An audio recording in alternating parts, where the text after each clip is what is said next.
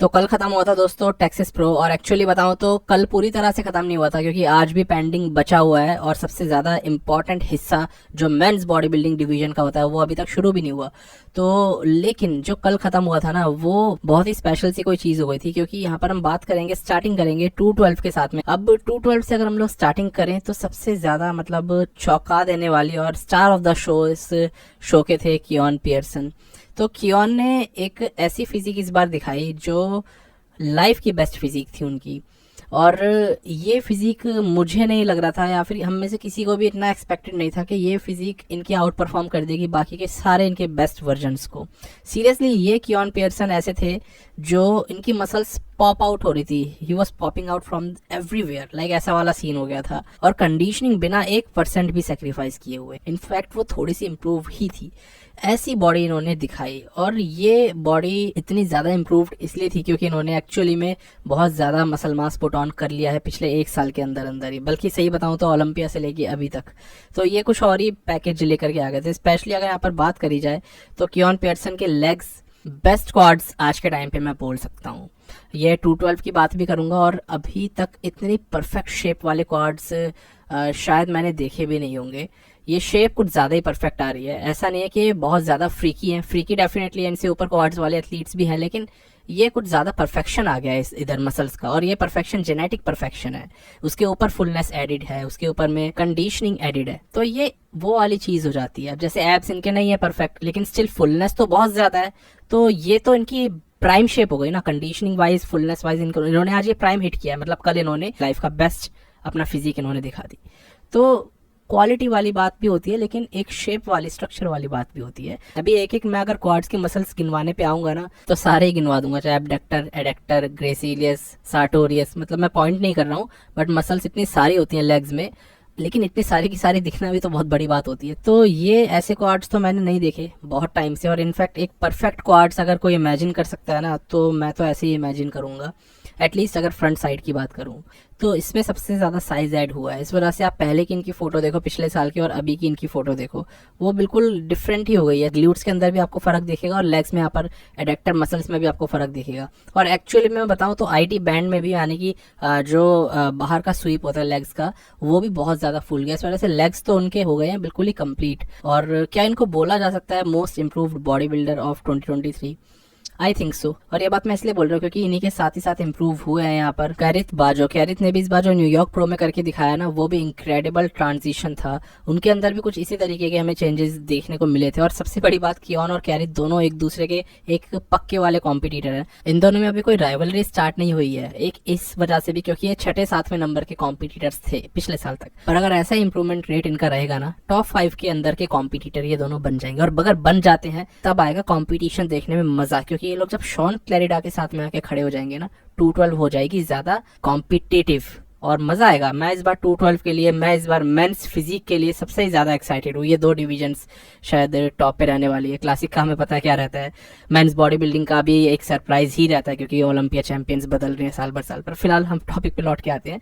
अभी की हम कैरिथ बाजो और यहाँ पर कियोन की बात कर रहे थे, तो दोनों के इंप्रूवमेंट रेट सबसे ज्यादा है। मोस्ट इंप्रूव्ड बॉडी बिल्डर इन दोनों में से कोई ना कोई एक होना चाहिए मेरे हिसाब से। यहाँ पर प्रोबेबली कैरिथ हो सकते हैं क्योंकि वो कंसिस्टेंट ज्यादा है। ऐसे जिस तरह दिख रहे हैं ना, वो ऐसे ही दिखेंगे ओलंपिया में भी, इससे बेहतर दिख जाएंगे। अब कियोन का क्या कहना है, वो कह रहे हैं कि मैं जैसा इसमें दिख रहा हूँ इससे बेहतर ओलंपिया में दिखूंगा। पर एक्चुअली ऐसा भी दिखना ओलंपिया में सेम बहुत बड़ी बात है, क्योंकि यहाँ पर थी लाइटिंग कंडीशंस काफी अच्छी। इस बार की फोटोज देखो ना आप, कितनी बढ़िया है। ओलंपिया में वो डिस्को लाइट्स रहती हैं, अच्छा होगा ना बॉडी बिल्डर तो भी उतना अच्छा नहीं दिखाई देगा। और ओलंपिया के अंदर पीक करना आसान बात नहीं होती, अच्छे खासे कॉम्पिटिटर्स वहीं पर ही मार खाते हैं। कियोन उतने ज्यादा कंसिस्टेंट नहीं है, मार खा सकते हैं एक बारी को, बट कैरिथ बहुत ज़्यादा कंसिस्टेंटली हर बार दिखते हैं पीक करते हुए। तो मुझे कैरिथ पे ज़्यादा भरोसा है, इवन दो फुलनेस कियोन में ज़्यादा है, एक शेप और स्ट्रक्चर का बेनिफिट कियोन के पास में है, और इसीलिए कैरिथ को वो बीट करके पिछले साल चले गए थे। लेकिन इस बार का गेम दोनों ने इम्प्रूव करा है, एक 1 स्टेप अप अपना गेम नहीं करा, बल्कि कई सारे स्टेप्स इन्होंने ऊपर कर लिए हैं और अपने आप को बहुत ही तगड़े कॉम्पिटिटर बना करके दोनों के दोनों ला रहे हैं। अभी अगर बात करता हूँ कियोन, इसके अंदर जो थे फर्स्ट आ गए और ओलंपिया में क्वालिफाइड हो गए। इनके साथ जो सबसे ज्यादा चैलेंज इनको कर रहे थे बॉडी बिल्डर, वो थे नोल एडम। लेकिन नोल सिर्फ बैक और ग्लूट्स में बहुत अच्छे रहते हैं, फाइबर्स वाले उनके ग्लूट्स एकदम श्रेडिड रहते हैं। पर कॉन्टेस्ट सिर्फ बैक से नहीं जीता जाता, कॉन्टेस्ट जीता जाता है ज्यादातर पोज जीतने से। तो ज़्यादातर पोज में स्पेशली फ्रंट से कियोन उनको एकदम खा गए। कियोन का स्ट्रक्चर बनावट जो है ना, फ्रेम एडवांटेज उनके पास में ज़्यादा है। नोल का फ्रेम बहुत बिगड़ा हुआ सा फ्रेम है, इसीलिए वो यहाँ पर हार जाते हैं। इवन दो वो हमेशा कंडीशन और रिप्ड आते हैं, थिक आते हैं, लेकिन कियोन यहाँ पर शो में अपनी जीत कायम कर लेते हैं। इसके बाद अगर हम बात करें अगले कॉम्पिटिटर की, तो अब कॉम्पिटिटर के साथ में डिवीजन भी चेंज होगी और यहाँ पर डिवीजन आती है क्लासिक फिजिक की। तो क्लासिक फिजिक डिवीजन उतनी ज़्यादा एक्साइटिंग नहीं थी, क्योंकि यहाँ पर जो कॉम्पिटिटर्स आए ना, उन्होंने कुछ इंप्रूवमेंट करा ही नहीं। फर्स्ट पे आए जेहन पार्क, इनकी फिजिक काफ़ी ज़्यादा अच्छी थी, कंपटीशन डेफिनेटली इसीलिए इन्होंने जीता, इनकी फिजिक एक्चुअल में अच्छी थी। लेकिन इसके बाद सेकंड पर आते हैं रॉबर्ट टिम्स, जो 2 साल बाद हमें कम्पीट करते हुए नजर आए, इसको कमबैक बोलते हैं आजकल। इसके बाद थर्ड पर आते हैं लोगन फ्रैंकलिन। तो मेनली 3 यही कॉम्पिटिटर्स थे। अगर इसमें थर्ड नंबर की बात करूँ लोगन फ्रैंकलिन, तो इनका इम्प्रूवमेंट रेट आपको दिखाई देगा 0। इनफैक्ट अगर सही में बोला जाए तो ये इम्प्रूवमेंट रेट माइनस में है, क्योंकि इस बार ये दिखाई दिए सॉफ्ट, जो सबसे ज़्यादा इनकी ख़राब एक फिजिक को कर दे रही थी। ये कभी भी हार्डनेस या शार्पनेस रिब्डनेस के लिए नहीं जाने जाते।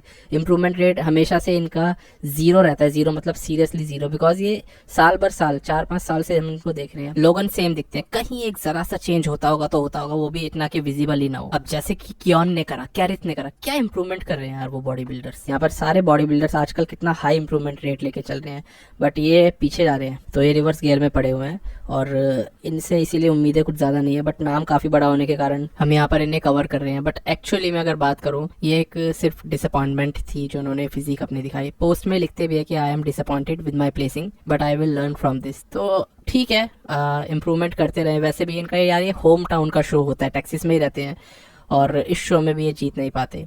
मिलोस के साथ काफ़ी सालों से हैं और मिलोस हद से ज़्यादा बाइस्ड रहते हैं अपने एथलीट्स के साथ में, तो इसलिए तारीफ वो तो हमेशा ही करते हैं।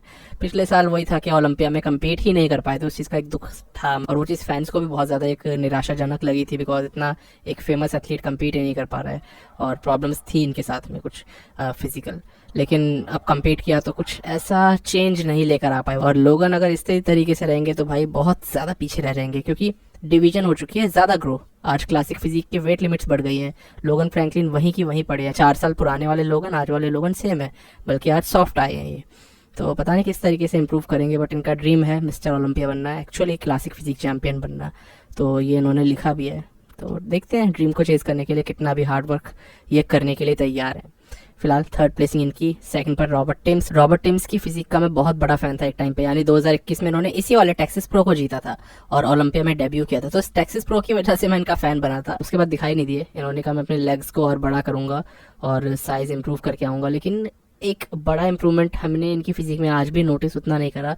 एक्चुअल अगर इंप्रूवमेंट की बात करूँ तो हाँ, इनकी बॉडी में हार्डनेस हमेशा ही अच्छी रहती है, बट वही क्लासिक फिजिक डिवीजन के रूल्स, नई वेट लिमिट्स, साइज स्टैंडर्ड सब बड़े हुए हैं, तो ये फिजिक लगती है अब इनकम्प्लीट। पहले बहुत अच्छी लगती थी, लेकिन आज ये वाली फिजिक लगती है डाउन साइज, लैग कर रही है प्रपोर्शंस में। लेकिन रॉबर्ट टिम्स के पास जो शेप स्ट्रक्चर है, जो लाइंस है ना, वो लाइंस इन्हीं के पास है।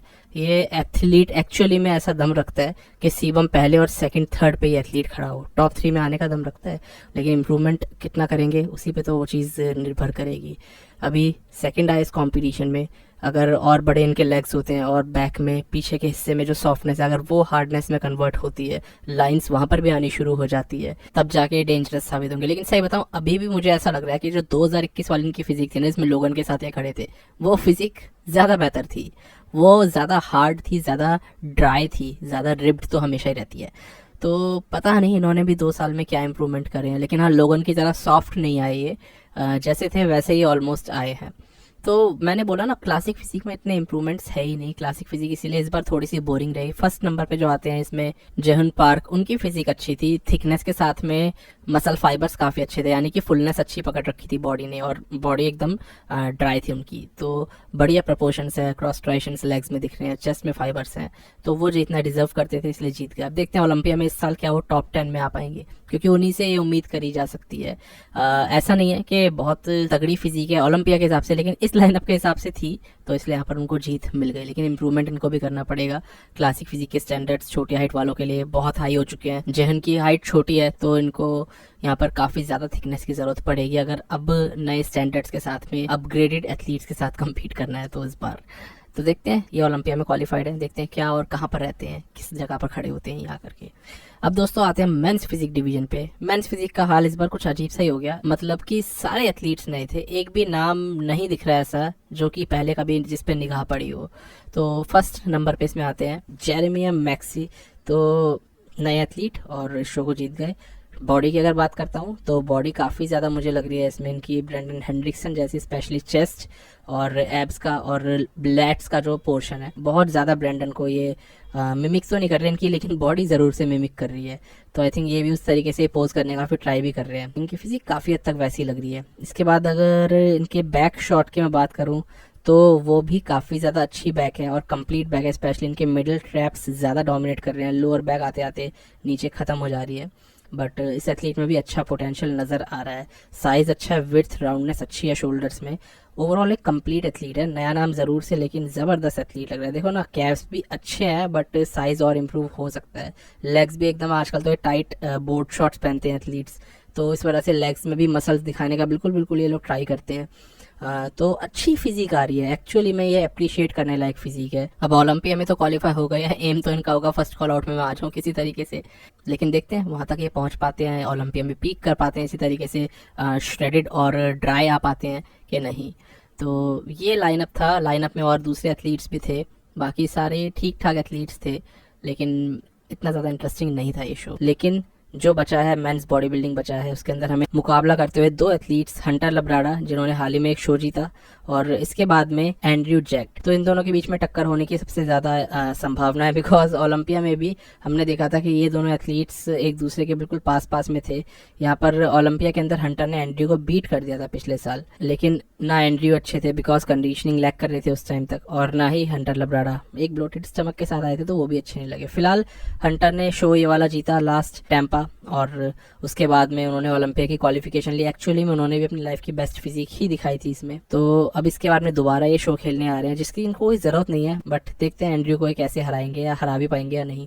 अभी के लिए इन्होंने अपनी फिजिक अपडेट दिखाई जो आज से 2 दिन पहले का है, और अगेन वही वैक्यूम के साथ में ये फ्रंट डबल हिट कर रहे हैं। लेकिन वही वाली प्रॉब्लम है इनके साथ में कि ये अभी इतने फ्लैट इतने अच्छे दिख रहे हैं इसके अंदर में, लेकिन जब स्टेज पे आते हैं थोड़े से वाटरी हमेशा दिखते हैं। अब टेम्पा में तो अच्छे दिखे थे, लेकिन उससे भी बेहतर इनको दिखना है। अब देखते हैं इस वाले शो में और इम्प्रूवमेंट कर पाते हैं या उसी वाली शेप में रहते हैं। डिसाइड करेगा इस शो का विनर फिर वही वाली चीज़। बाकी एंड्रयू भी कुछ कम नहीं है, ओलंपिया के बाद आर्नोल्ड में जो उन्होंने करा उससे भी उन्होंने 3rd प्लेसिंग सिक्योर करके सब लोगों को हरा दिया, in fact big ramie, Shawn Clarida जैसे एथलीट्स को भी। तो यहाँ पर वो भी खतरनाक है। अब वो यहाँ पर हंटर को हराने का दम रखते हैं, मेरे हिसाब से बिल्कुल पॉसिबल हो सकता है। तो हंटर एकदम अगर ड्राई आते हैं तब तो, और ड्राई के साथ में फुल आते हैं तब तो वो एंड्रयू जैक पे भारी पड़ सकते हैं, बट एंड्रयू के पास में फ्रेम एडवांटेज इतना ज़्यादा है कि अगर वो सिर्फ श्रेडेड ही आ जाते हैं तो भी वो हंटर को हरा जाएंगे। बाकी देखते हैं जजेस को क्या पसंद आता है इन दोनों के एथलीट्स की फिजिक में, एंड्रयू की लाइंस वाली और एक अच्छे फ्रेम वाली बॉडी, या फिर हंटर लब्राडा की काफ़ी ज़्यादा एक बैलेंस्ड बॉडी। बस अब मेंस बॉडी बिल्डिंग स्टार्ट हो ही चुका है, अब जैसे इसके रिजल्ट्स आएंगे हम उसको कवर करेंगे और ये मैं डालूंगा वीडियो फिर कल। तो आज की इस वीडियो में तो दोस्तों इतना ही था। अब मिलते एक नए वीडियो में, यानी कि कल की वीडियो में एक इसी वाले कॉन्टेस्ट के साथ में टेक्सास प्रो। बस तब तक के लिए स्टे ट्यून्ड, गुड बाय, शुक्रिया।